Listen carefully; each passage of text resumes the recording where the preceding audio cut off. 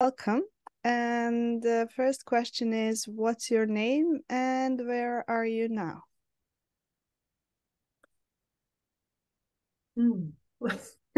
The name bit's easy. My name's Hannah Turner. Hi, Alex. Hi. Um, my noun. I am fluctuating between nervous and excited. Hmm. Hmm. Yeah, Curious about that's where both polarities. and both have a similar feeling of this. Yeah. Yeah. So this is where I am right now. Hmm. I'm noticing that about myself as well, and I'm not sure why. Normally, I'm more excited, less nervous, but there is a nervousness as well. Mhm. So you said where are you now as and I love this question because you took it as in where are you now? And I wonder what brought you to that rather than where are you physically in which city? Okay. Um, I think probably as a starting point for me, when I notice where I am, it's I hear more what's my experience? How am I finding myself right now? Mm-hmm. If I pay attention specifically to my feet and then being on the floor, then I can get more in touch with that. Whereabouts on the planet am I? And that for me would be Hampshire in England. So I'm 45 minutes kind of southwest of London Hmm. in uh, a town called Fleet. I I think I don't know why this question came for me, but I wonder, being grounded in different grounds physically, um what does that bring to you? And have you noticed different experiences in different grounds? Oh yeah, definitely. I spent a lot of time moving around growing up and in my adult years as well, living in different places, different countries, different cities. And does the ground feel different sometimes, Hmm. depending on the place where I am? But certainly I can feel the difference of, the literal ground, whether I'm stood on sand or soil or concrete. Different Hmm. places have a different composition. But equally the culture, the how does that feel? What's the experience of that in the ground can feel different for me in different places. Hmm. For me, sometimes the air feels different. I can almost distinguish where I am. Uh, I can very vividly, especially when the changes are not gradual. I can feel the air immediately as I land. Mm. um, Yeah, mm, yeah. I've taken to Southwest Wales where I spent a lot of my time growing up. And I was born there originally. I'm just going to adjust and be a bit more Go comfortable. for it. Yeah. Um, I Yeah, I spent a lot of time in Southwest Wales, and the quality of the air there is a real different experience to lots of other places. Mm. And it brings a smile to my face as I imagine myself feeling the quality of that air. Yeah, I can understand that. How I will just be curious for the sake of my own curiosity. Um, uh, how is to grow up in Wales, and what's the peculiarity of Wales in comparison to the rest of England? I haven't actually been there physically yet. Mm. So I'm wondering what's the field conditions? Ooh, how to answer that? Um,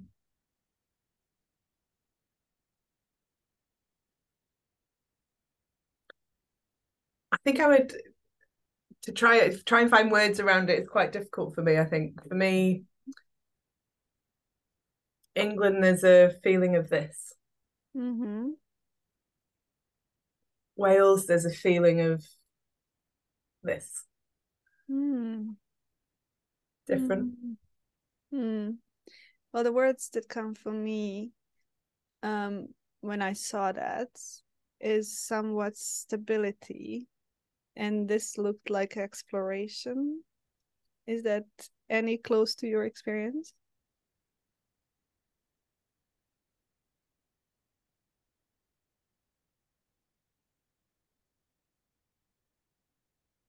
I'm wanting to say yes, but not so much. The stability I can find in both, but in different ways. Uh-huh. Um, the exploration, yeah, there's a freeness, a richness Mm-hmm. in my Welsh roots and heritage. It has a different quality to it, Mm-hmm. for sure. So talking about this, and this seems like something that shaped you, who are you as a person? And what are some of your, you can name anything, qualities, interests, things that you identify with? Sure. So who am I as a person? Mm. I'm Hannah. Mm-hmm. I have a English Welsh nomadic heritage. Mm. Um, what's important to me? I care a lot about people, about their experience in life, the possibility of finding or of having satisfaction, having a satisfying experience in life, something that's Mm. nourishing. And when people don't experience that, I feel passionate about supporting people to find a different experience. Mm. Um, that orients a lot of what I do now Mm. versus what I've done in the past. Which is How what? I versus what I've done in the past. Which is what? Oh, sorry, which is what? Um,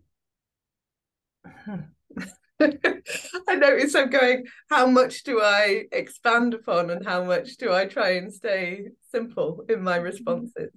And the difficulty of language in trying to constrain something that's this into this. Um, I would probably go to a very, if I say in the past, a very cognitive work focused. I've had a 20-year career working in human resources in large corporate organizations. Um, got to travel around the world and have lots of incredible experiences. Um, cognitively, I did very well.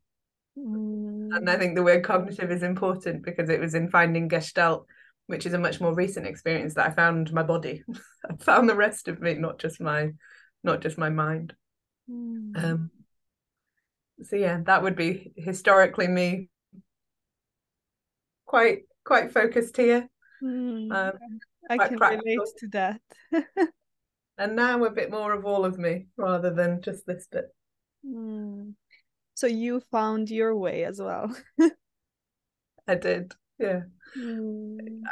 I think that's really at the core of why is my business called what it is. Why is it that I do what I do? Um, I'm very much informed by my own experience, by me finding myself what that's offered me and wanting to offer some of that to other people. The possibility of knowing that there are other possibilities, not just what we've always known before we get to any point in time. Mm. Mm. And what are some values, and you mentioned some of it, that you hold and held during this path? Values that in the path being my life as a whole, or the path being more recently? Do they differ? Good question.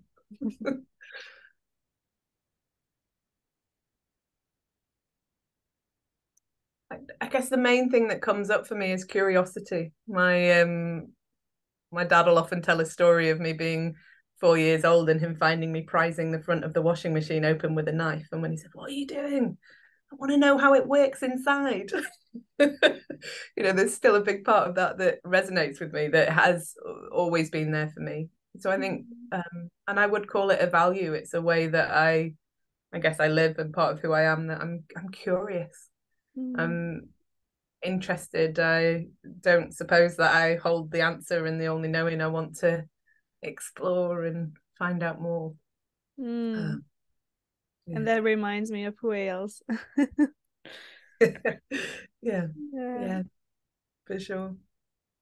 Um, and so it's a really big question. So I don't know, you can take it the way you want, but what are some set of circumstances and events that has shaped and impacted who you are and how?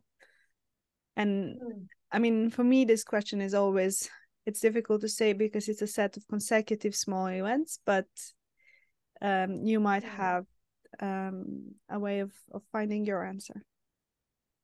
Yeah.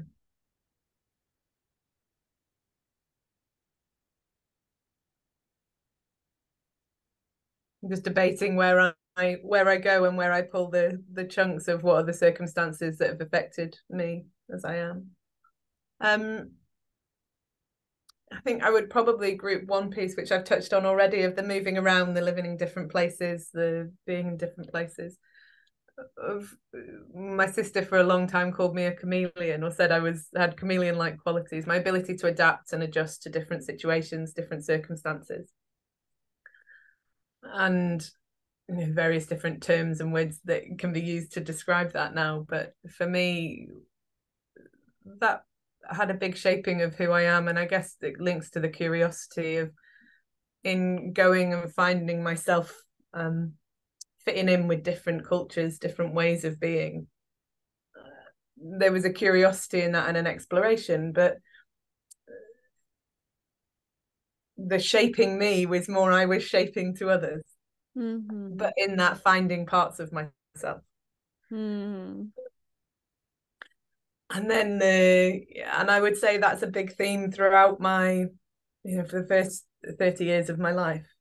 I would then say the next theme in shaping that is absolutely finding Gestalt. I remember when I'd find myself feeling like I was on a hamster wheel at work, kind of going, "Oh, is this it? Is this life?" I tick the boxes that my 20-year-old self had ticked. When you say about values, I'm not sure if it's a value, but certainly a bit of how I live. If I like to have something that I'm working towards, goals, a bit of structure, a bit of direction. I like that. It brings me joy to have some structure in my life. And I found myself going, oh, I've ticked all the boxes that my 20-year-old self set me. And is this really it? Is this what life is about? If I get up, I go to work, I go home, I go to sleep, I get up, I go, Mm-hmm. what felt monotonous, I guess, at that point. And it started me being curious and asking, oh, well, is this really it? What else is there? What else is possible? What's my purpose? What am I doing here other than just coming to work? And it was in that I found Gestalt. So originally I signed up to do transactional analysis. I did an introduction to counselling skills. I went and did TA 101 and I loved it. I had a great weekend. There was structure, it was organized, it was very clear to me, these are the things. And when I left, I was exhausted mentally. I was really tired. But I thought, this is great. I get it. I understand it. It feels good. Yeah. And it feels good in a cognitive sense. So I thought, right, let's do this. And somebody said to me, don't rule out Gestalt. And I thought, why would I do that? These people don't even wear shoes in meetings. It's so unprofessional. Of which, if I lifted up my feet, you'd see I have no shoes on now. Which it again makes me smile. And so I didn't rule out Gestalt. I went on an introductory weekend. And I share this in detail because it's, for me, is a real pivotal point in informing me now. And what I found in that weekend was an exploration of my experience in a way unlike any other I had ever had. And I left the weekend feeling so much energy. And I was like, oh my goodness, I'm got to the end of this and I've enjoyed it and I don't feel mentally exhausted. I didn't know that was even possible. And there's no structure to it. I can't cognitively make sense of it, but I know it feels good. Mm-hmm. So I left and rang my sister and said, oh, For the first time in my life, I'm going to make a decision based on my gut rather than my head. I feel wild. And I smile again because now to me it isn't wild. It's part of my, what I would class as my, my common sense now, my sense of myself and how I operate now. Commonly, I will operate based on how I feel in my body. But in finding Gestalt, it was the first time of really feeling myself, my body, knowing who that I was a physical being and making a judgment and decision based on how I felt, which was so counter to what had supported me to get to the point I was before that. The very cognitive mind functioning that I operated with beforehand. So that was then a real pivotal point for me too. And in finding Gestalt, these bits that I talked of before of the finding parts of myself, but not necessarily realizing that in adapting and being in the other communities that I was in and fitting in.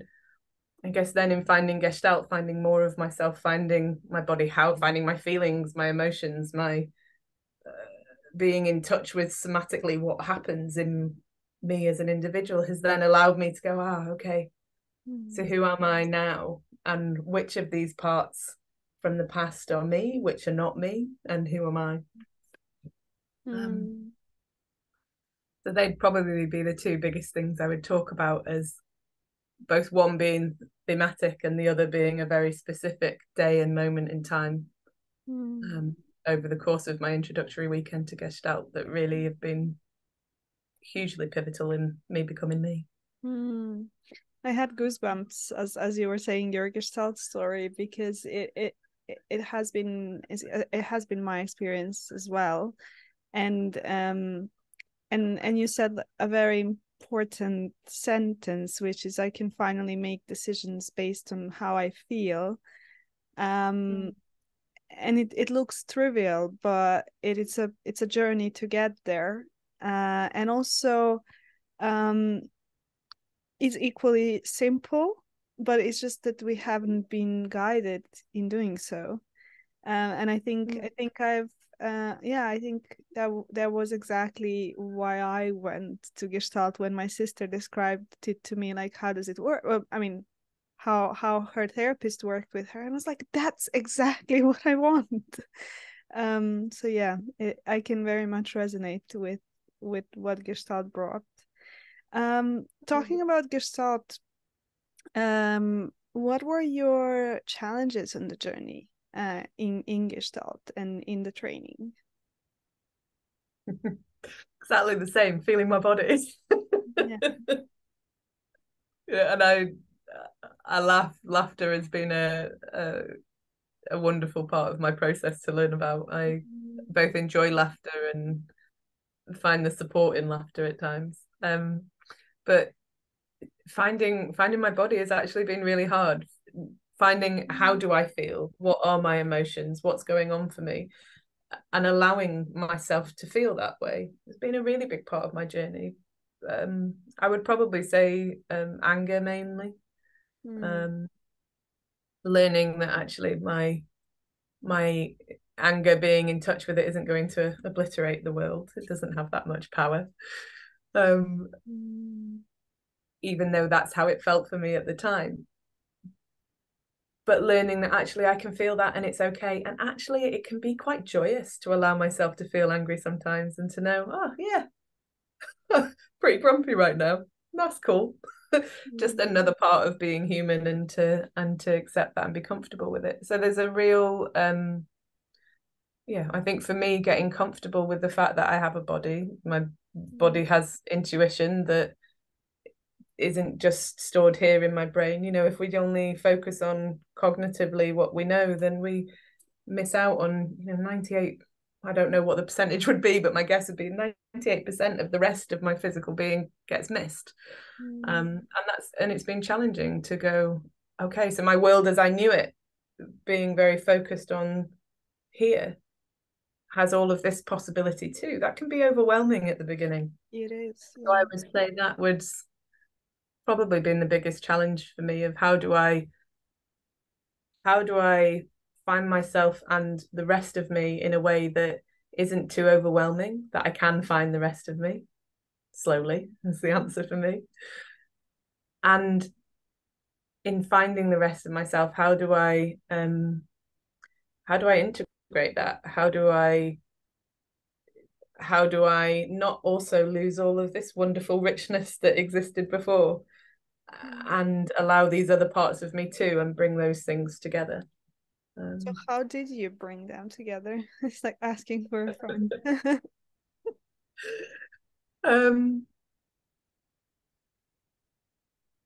I think really simply therapy, and my training, um, time, slowly drawing on my curiosity again, being curious, being open to finding out, noticing when I'm resisting something and going, oh, I don't want to go there because it feels difficult, and going, okay, fine.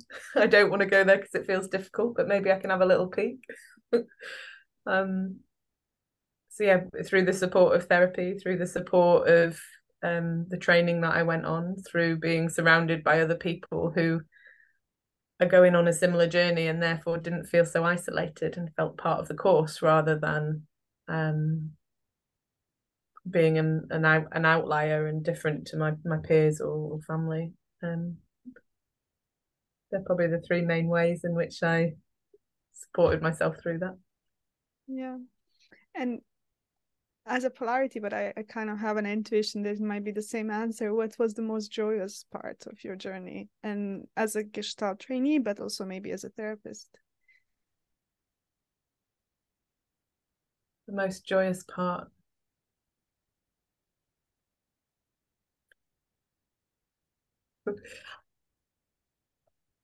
I'm looking around wondering if I've got my photo, which I don't. I have not to hand, a beautiful moment. One of my training weekends, I was invited to exaggerate the feeling of excitement. And perhaps I could show you something of it Yes, now. yes, yes. It was it was stood. I won't stand right now where I've been sat cross-legged. My foot's gone a little numb, so I can't stand on it just yet. So I'll do it seated. But it was this for me. It was if I really get in touch with excitement. Can I mimic you? I feel like I want to do it. Oh, yeah. There's Yeah, a no. stretch, a reach, and yeah, an openness, an expansiveness. And also And I receptivity. It's interesting. say that again, sorry. Receptivity, as in like, Mm, yeah, so lovely. mm. And there's also a strength for me. I can feel the muscles in my body, in my core, in my back, my spine. And when I lean into that and exaggerate, I can really feel it. Yeah, yeah. And for me, that's a real to embrace that, to embrace my excitement and all that that brings is so nourishing. Mm. Mm. But yeah, that would be one of the, I can pinpoint it to the moment, a really joyous experience that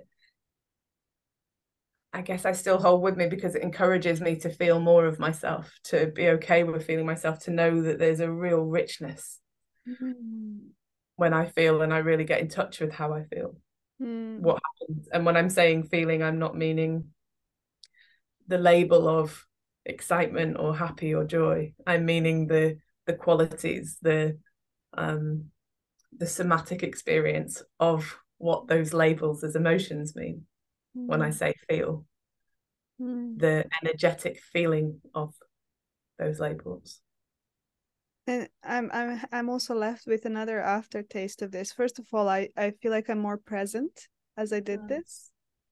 My voice has changed, and also I took space. There is something about allowing your excitement to take space. Um, it was a. I'm very grateful to have experienced it as well as you just did it.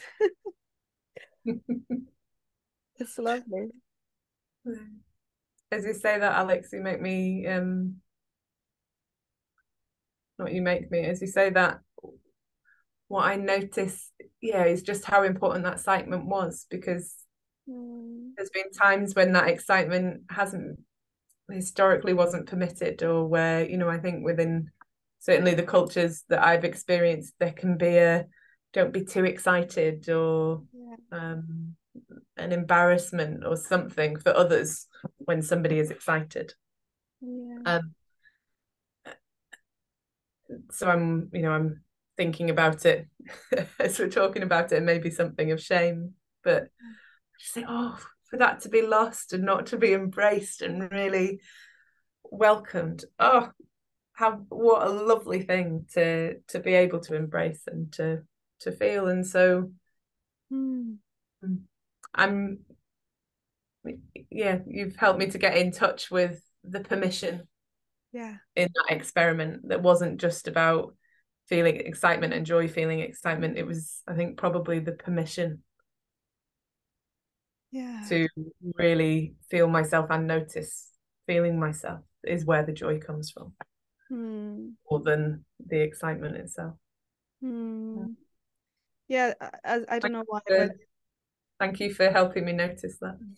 I mean, I was sitting with the shame, as you were saying, and how much I think I relate quite a lot to you and to your story, and I find a lot of parallels. Not that I'm looking for them, but somehow they're very figural. So I think it was also for me to validate my own excitement, and not think of it as aggression, because for me there was a process of so one peer called me gently uncompromising, and I thought I said that my curiosity feels aggressive, and she really said that she welcomes it. But then I started asking myself, where is this coming from? And I think as I entered this, I was like, oh wow, I can imagine someone slapping me on the hand and being like, why are you taking space, kind of thing. So yeah, so there is something of a parallel process happening as well. But I'm really glad we've managed to have this together now. Yeah, me too. As yeah, you say about the slap, I can feel my body wants to go. yeah, yeah, The me now goes, no. yeah, yeah. No, I don't give this away. Exactly. Keep your hand over there. I'll stay here. Thank you. Yes. Yes. Yes. Yeah, exactly. Yeah, and I like now I was attracted to Find Your Way. I work with an Alexander teacher technique, and it's about finding new pathways within our bodies. Uh Sometimes unfamiliar to the ones that we've taken before. So there is so much richness in what you chose to be the name for you. Yeah. We talked about events that had an impact in shaping you, but who are people that have shaped you? Gosh, people that have shaped me.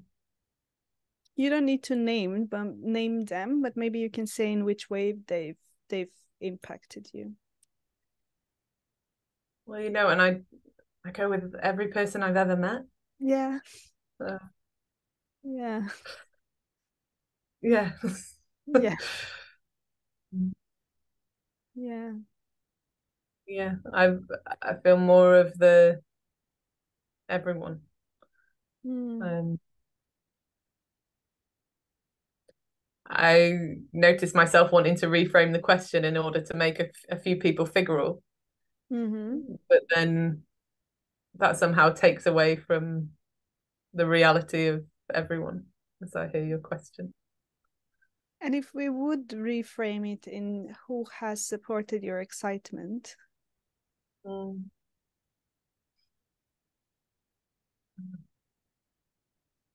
Who has supported my excitement?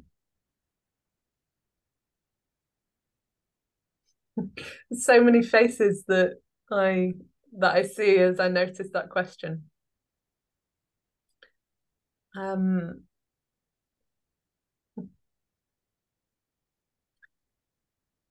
as I go back through time, I see more. Mm. And different people at different times. If I go with what are the ones that stand out to me most, I go to one of my uncles, Mm.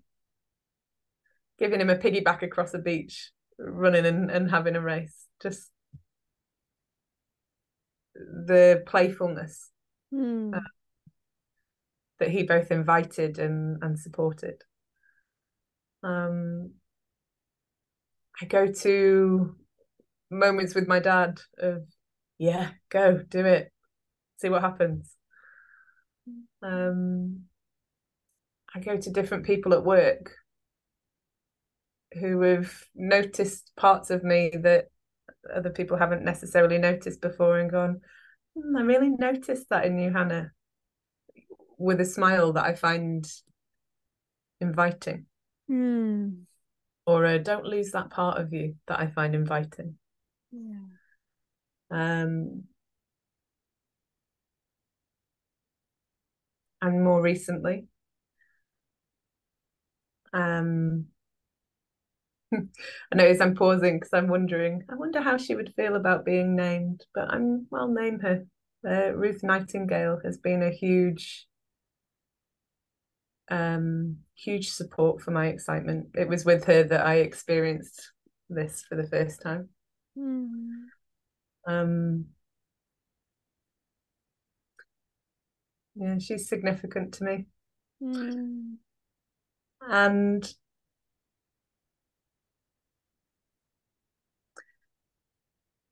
my current therapist. Mm. I notice I choose not to name her, but she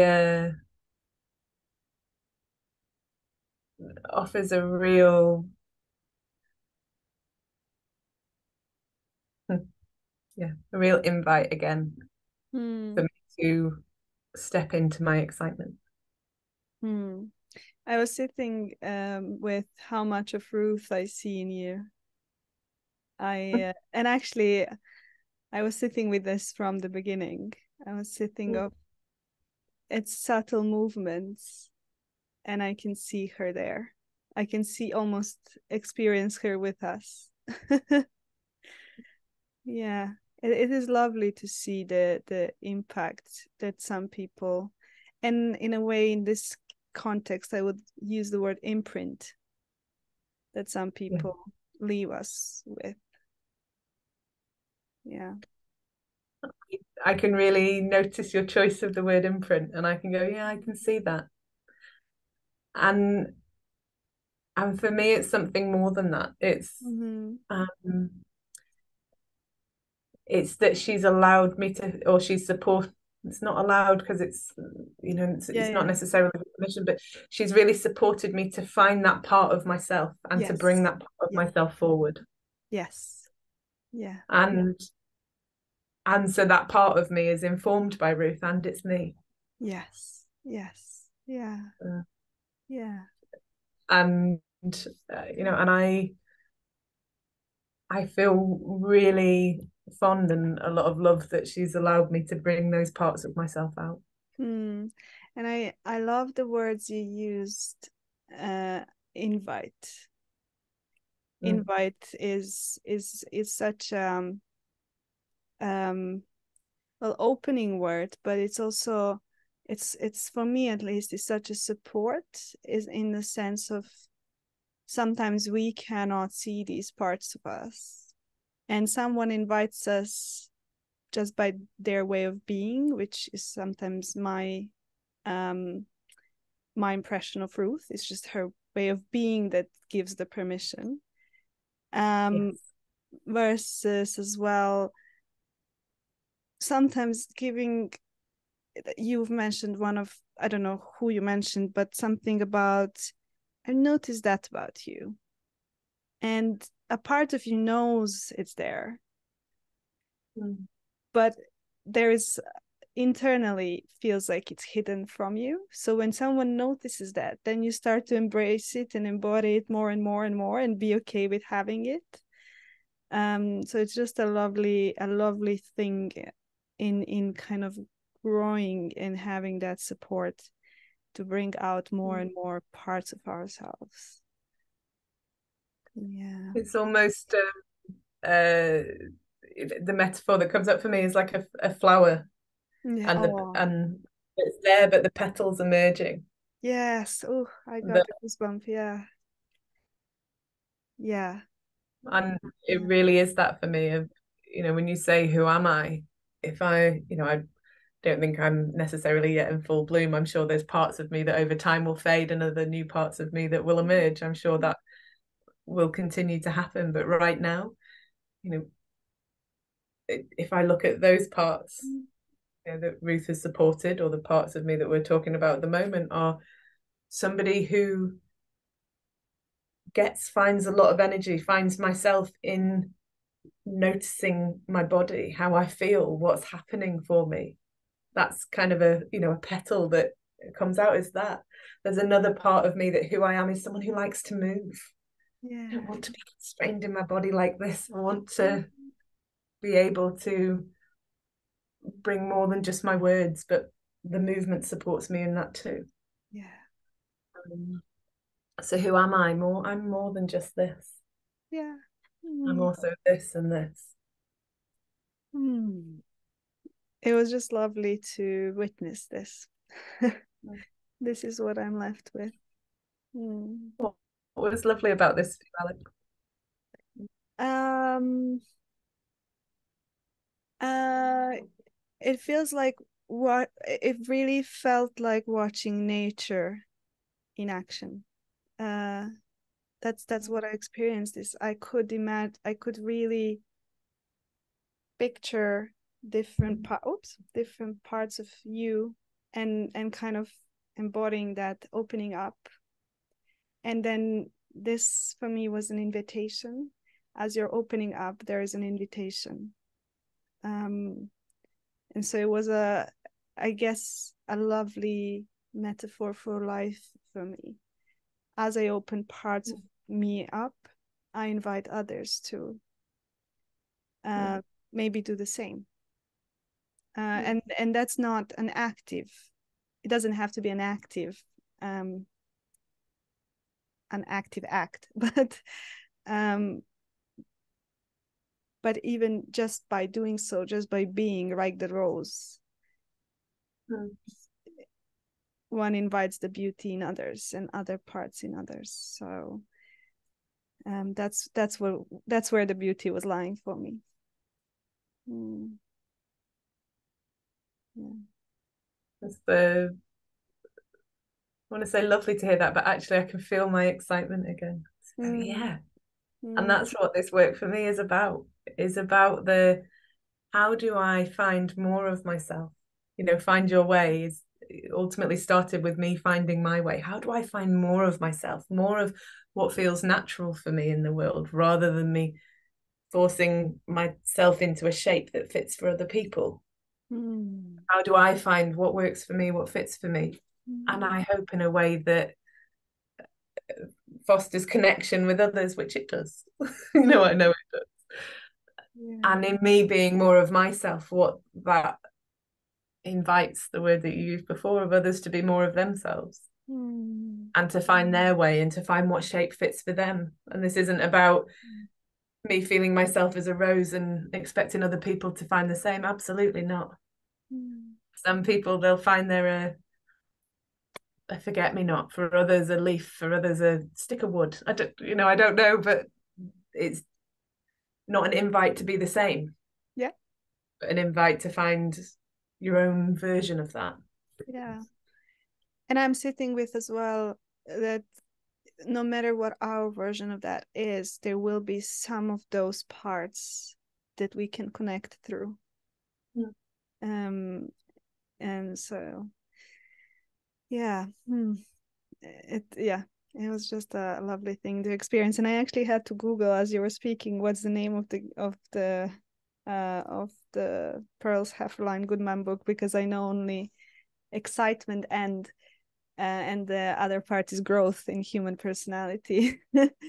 I think it's very. I felt like that's the book's name. They've like it's amazing how they're not there, and yet we are with very And similar. Yeah, yeah, yeah. It's lovely.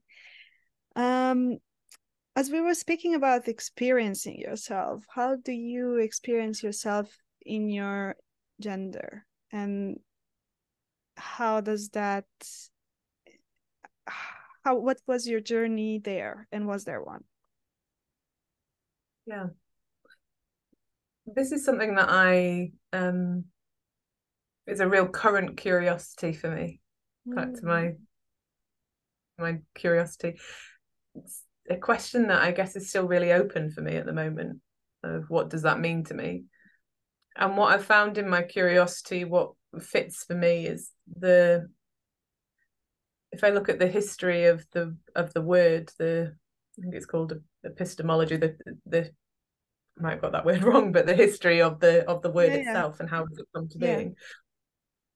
Look, and what I see is that historically it was interchangeable with the word sex, referring to biological sex.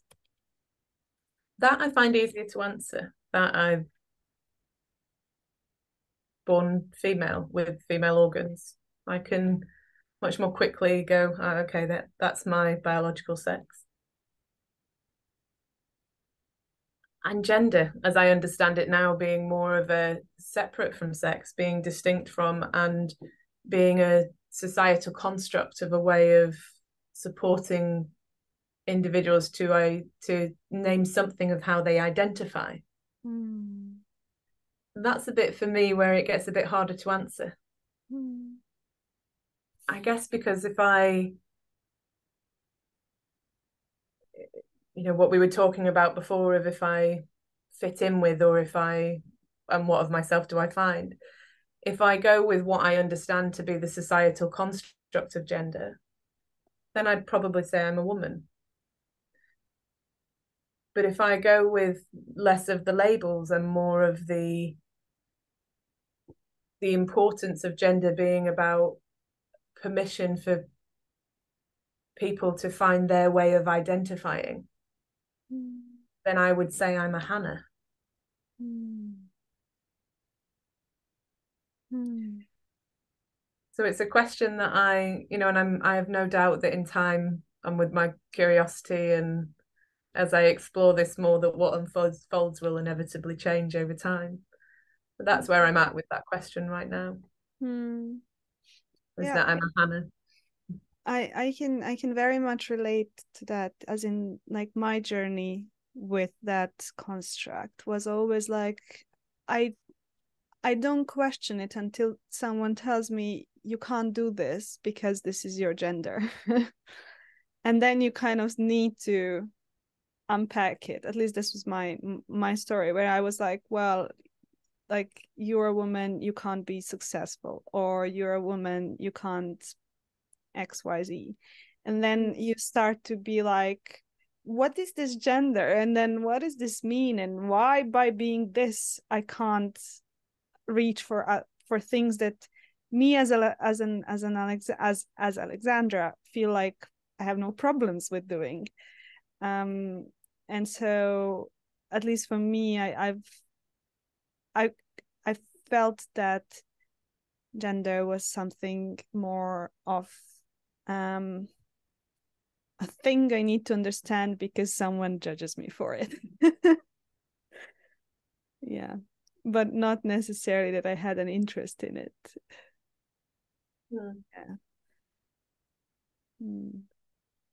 Yeah, I notice what comes up for me is my history with um more so with biological sex than gender, but growing up being told, oh, you can do whatever you want. And Mm. then meeting the reality of my experience, which was, well, no, you can't play cricket because the ball will hurt your hands. but the boys can play cricket. Yeah. Or sorry you didn't get that job. We've already offered a role to one female this year. Mm. Mm. You know, and those aspects of what I consider to be influenced by my biological traits rather than how I necessarily identify in the world. Mm. That there has been experiences where there has been judgment of what I can and can't do. Yeah. And that was then. And now I find much less of that. Yeah. And I don't know, whether is that because I've changed? Is that because I am more comfortable in my own skin, that I know who I am? I have more of an awareness of who I am, and I embrace the parts of myself. That means how I then experience myself in the world is different. How I experience others is different. Mm. Is that because the world I live in is changing and updating? I don't know. I suspect both. Yeah. Yeah, probably both.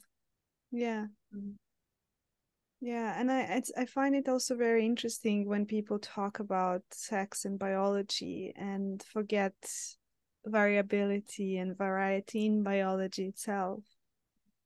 Say a bit more about that. Well, as a scientist, I Mm. always see how even in science nothing is reductionist if you truly do it. I mean, as in if you are in the lab and when you do things, you start to see that you have 1,000 cells in the dish and they all have their own uniqueness, and they're coming from one same cell, but as they divide there is a variability and difference that emerges. Wonderful. And so in a way I always feel when people use the argument of biology, it actually angers me, um, because then the inherent nature of biology is variability, and therefore Mm. it's really important to look at that within oneself when it comes to all these kind of things. So Mm. yeah, that's where what happens for me when biology comes into play, because everyone who has ever done an experiment with any living organisms knows it is really difficult because nothing is homogeneous, which for a scientist is probably the most disturbing thing, because at one point in my scientific career I realized, oh, we can't control this, but we can understand it. We can work towards making averages and use those to help us to make fastest decisions when it's necessary. But really, when I do science and when I know the back end, um, I know I'm making gross assumptions. And I know it's useful in the here and now if there is a crisis, but beyond crisis, it's not a really useful concept. Yeah. And I love that you've shared that, and I love that you can name your anger as well. Oh, Um,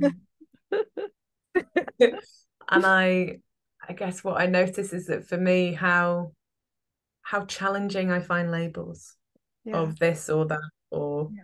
um, even in, as we talked about before, in the saying the excitement, it's, for me, it's a label, but what it misses is the richness of what else there is behind that. I was once told that it takes 300 words in order to explain what we mean by any one word. Yeah. To try and explain what does female mean to me Mm.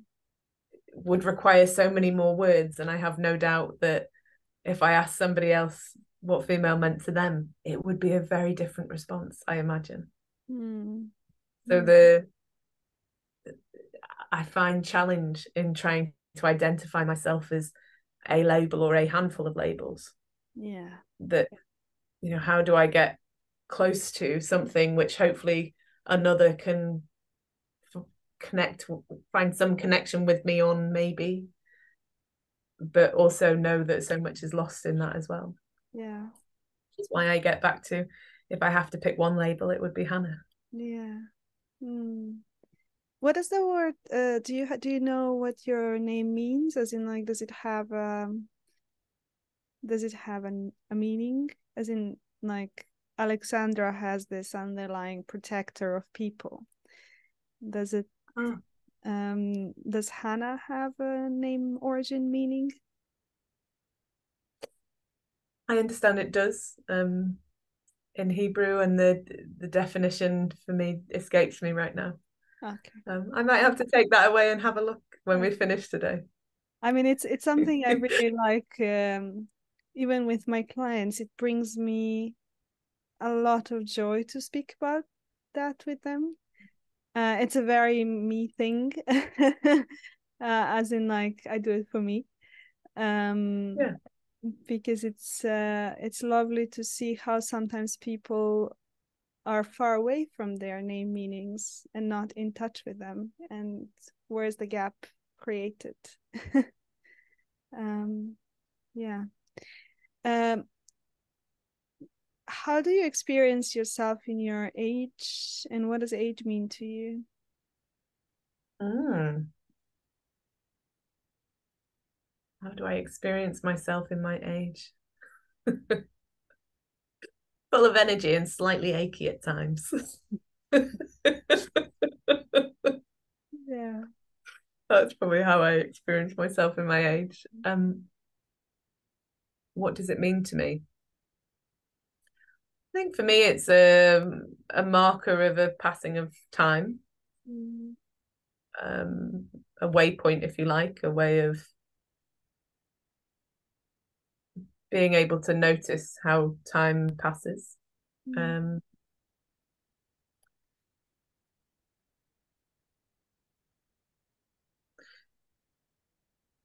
at one point, I might have said something about maturity, but I don't think I would say that now. I mm, feel like almost in terms of knowing, feel like started life knowing nothing and being curious. Got to a point of feeling like, oh yeah, I understand most of the answers. And now as I continue, I go, oh God, I know nothing. mm. And I know more than I did. Yeah. Um, it's a nice question. I like that. Invites me to think about a part of myself and explore and notice a part of myself that I haven't before. Thank you for asking that. Mm, mm. And how does power and privilege kind of I'm lacking the word in English, but refl oh, I don't know why I'm stopping at this, but let's say, how do you experience power and privilege? Because I can't remember the English word. Mm. Um, it's an area that I've again been quite curious about of late. Um, I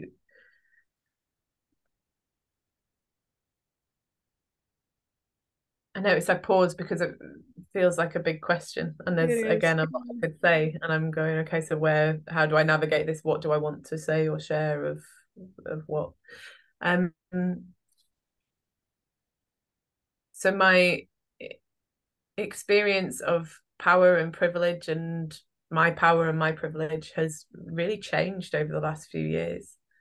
Um, from a place of feeling much familiarity in the feeling of oppression and being oppressed to one of feeling much more of my power and much more of my capacity to oppress.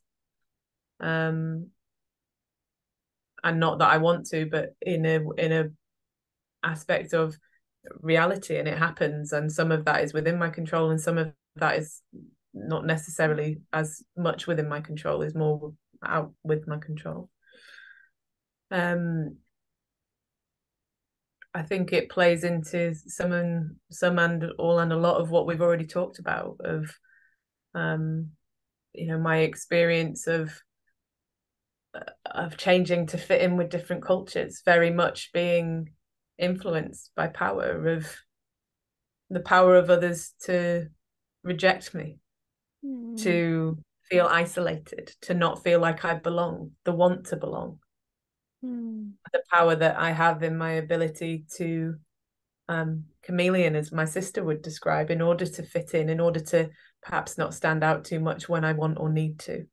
Mm. Uh, the privilege in my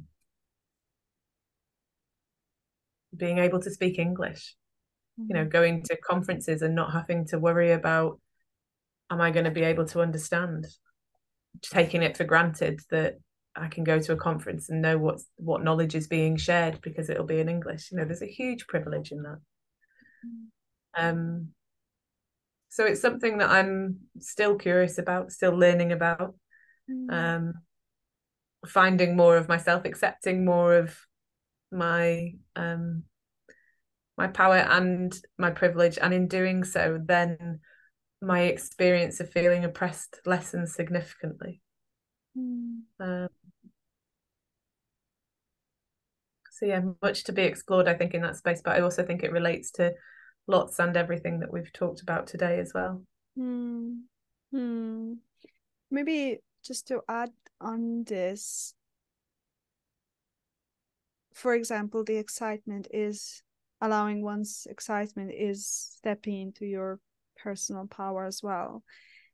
And I'm wondering, and we have maybe answered this, is how were you feeling your personal power more and more, and what has supported you in that, and is it similar or different to the other supports we named? So feeling my personal power is to not feel it is if I turn sideways, is a feeling of this. There's a Mm. rounding of my shoulders, a caving in of my chest. There's a stretching across my back. Mm-hmm. When I feel in my power, it's much more the opposite. My shoulders come back. I can feel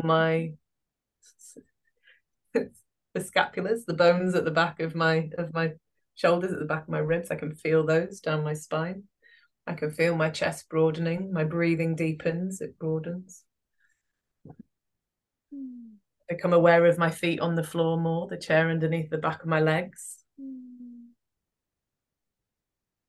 Yeah. I Mm. notice you more. Mm. Mm. There's a Mm. richness that comes when I experience the feeling of power as I experience it. Yeah. My power being connected with that. It's very different to the quality of my experience when I don't, Yeah. when I feel less of that. Mm.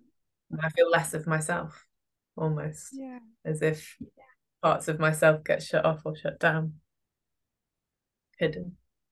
Yeah. I can very much relate to that as well. And when you asked about what support is there for this, there's a couple of bits that I found really supportive. I went to a lecture specifically on power that was really eye-opening for me. Um, it was there was lots of talk of intersectionality, but also the inevitability of there being power difference. Um, and somehow that really supported me to be open to exploring it more rather than fighting and wanting to find something that felt equal for everybody. That Mm. going, okay, so if this is inevitable, how do I then start to navigate this in that frame and Mm. be curious about it? And there's also a book that I'm reading at the moment that's just come out this year that I'm finding really helpful, because often what I've found in topics of power are power and privilege is that there can be quite a lot of heat, anger, judgment, criticism, right and wrong, shoulds and shouldn'ts, and in a way that I find it makes it challenging for me to engage with the topic.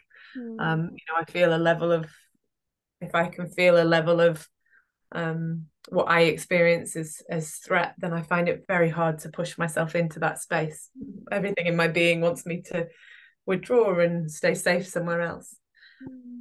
And I don't want to stay away from the topic of power and privilege. I think it's really important and something that I need to be able to get closer to, especially in my work with my clients and in understanding their experience. And first, that has to start with me understanding my own. I very much believe what I was taught about I can't take clients somewhere that I'm not willing to go myself. Yes. So for me, it's really important that I continue to explore this. But what I was getting back to is a wonderful book that's been released this year that I've in the middle of reading at the moment. And what I found is that the author has found this remarkable way of talking about power, privilege, difference in a way that is just so welcoming and accepting, rather than with the judgment, the criticism, etc. That's really allowing me to engage with it in such a different way, that I'm finding really supportive. Can you name the book for me and others?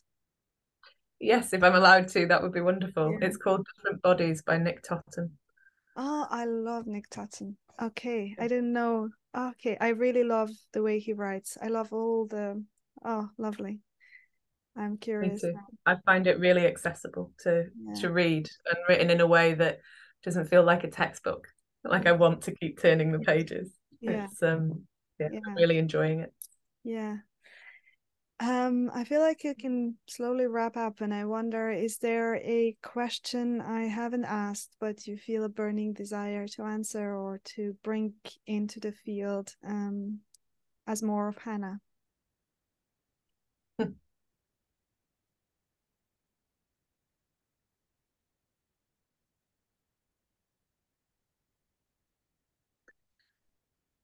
Not so much as more of me, but maybe something that I'm sat with is really wanting to cheerlead and advocate for Gestalt. I feel so passionate about um Yeah, why Gestalt, because it's bloody brilliant. yeah. And actually, now a thought that I had when you said I can make a decision for the first time from what I feel, but that's also about Gestalt, is the elusive nature of there's no way of showcasing how it works.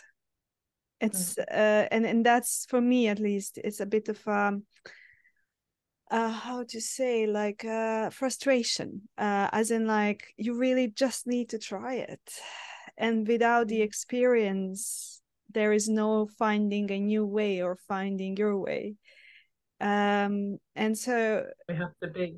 yeah, so I am really sitting, when we talk about Gestalt, is, yeah, I wish more people would have experience of it. Yeah, yeah, Me well, too. it was lovely to be with you. Hmm. Thank you, Alex. I really enjoyed being with you too. And I am delighted to be walking away with some new curiosities that have been sparked from our conversation that I wasn't with before. So thank you. Hmm.